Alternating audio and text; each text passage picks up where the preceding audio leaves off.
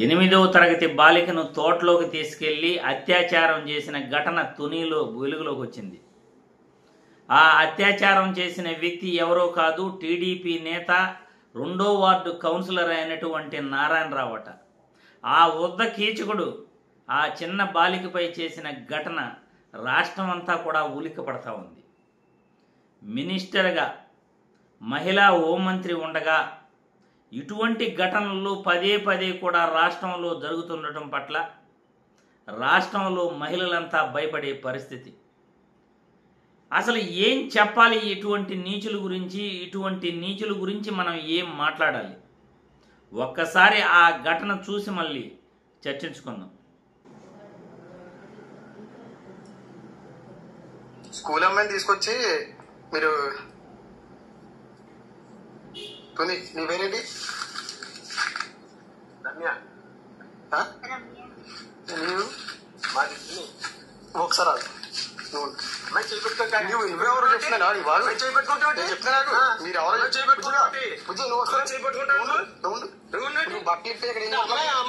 పట్టుకోవడానికి మీరు ఎవరు? మున్సిపాలిటీ కౌన్సిల్ ఎక్కడ?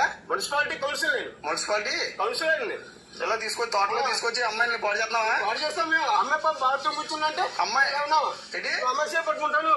మరి ఎవరో నువ్వు తెలియకుండా నువ్వు పట్టుకుని నువ్వు ఏం చేస్తున్నావు? అమ్మాయి బట్టలు ఏం చేస్తున్నావు చెప్పు. నువ్వు చేపట్టుకోవచ్చు మాట చెప్తున్నాను. అమ్మాయి బట్టలు ఇప్పుడు నేను చెప్తాను, పోలీసులకు ఫోన్ చేస్తే కానీ బయట బుజ్జి ఫోన్ చేయి. మీరు చిన్నపిల్లలు తీసుకొచ్చి ఏం చేస్తున్నారు ఇక్కడ తోటలో? మీకు ఎక్కడ మీరు అడ్రస్ అయితే ఏ ఊరు మీది? మీది ఏ ఊరు చెప్పు. తుని ఏ ఊరు? తుని ఏరేపేట. అది ఏరేపేట ఎస్వాళ్ళు. ఏంటి బుజ్జి? ఎస్వాళ్ళు మరి బుజ్జి అంటే ఏమండి మీరు ఎస్సీలే కరెక్టే. ఆమె పట్టుకుంటాను. అదే చేయి పెట్టుకున్నాను మీ బుజ్జి. అది కాదు మరి బుజ్జి చేపట్టుకున్నావు ఏంటి తాతయ్య అవుతారా? అర్థం అవుతుంది. సోషల్ మీడియాలో చెప్తాను. మీరు తోటలో ఎందుకు వచ్చే బుజ్జి వెళ్తాడు? వస్తాం మరి మా ఇంటికి తీసుకెళ్తున్నాం. మొన్న వచ్చాడు ఇటు సైడ్ అమ్మ వచ్చిందా? వచ్చారా? మొన్న మీరు రాలేదు ఇక్కడికి? ఏ స్కూల్ నువ్వు? మరి ఇటు సైడ్ ఎలా వచ్చాను? ఏ ఊరి మీద? ఏ ఊరి మీద? ఈ ఊరు వెళ్తాను. ఏ ఊరు అన్నా ఇదే ఏ ఊరు? అద్దరిపేట వెళ్తున్నావు. సార్ ఆగండి ఆగండి మీరు. సరే మంచిగా వెళ్తాను. అదే అదే తోటలో ఎవరు రమ్మని మిమ్మల్ని? ఎవరు రమ్మని? పాస్ వచ్చాము. తోటలోకి ఎవరు రమ్మని? తోటలో ఏమన్నా బాత్రూమ్ వస్తావా? తాళం ఎత్తావు ఇవ్వ నువ్వు. తాళం చెప్తాను. ఎవరో తెలిసి ఎవడో వచ్చేసి ఎవడు చెప్పు. ఎవడు తెలియదు. నువ్వు బండి ఆపుతా. బండి ఆపపోతే బాగున్నాడు చెప్తాను నీకు.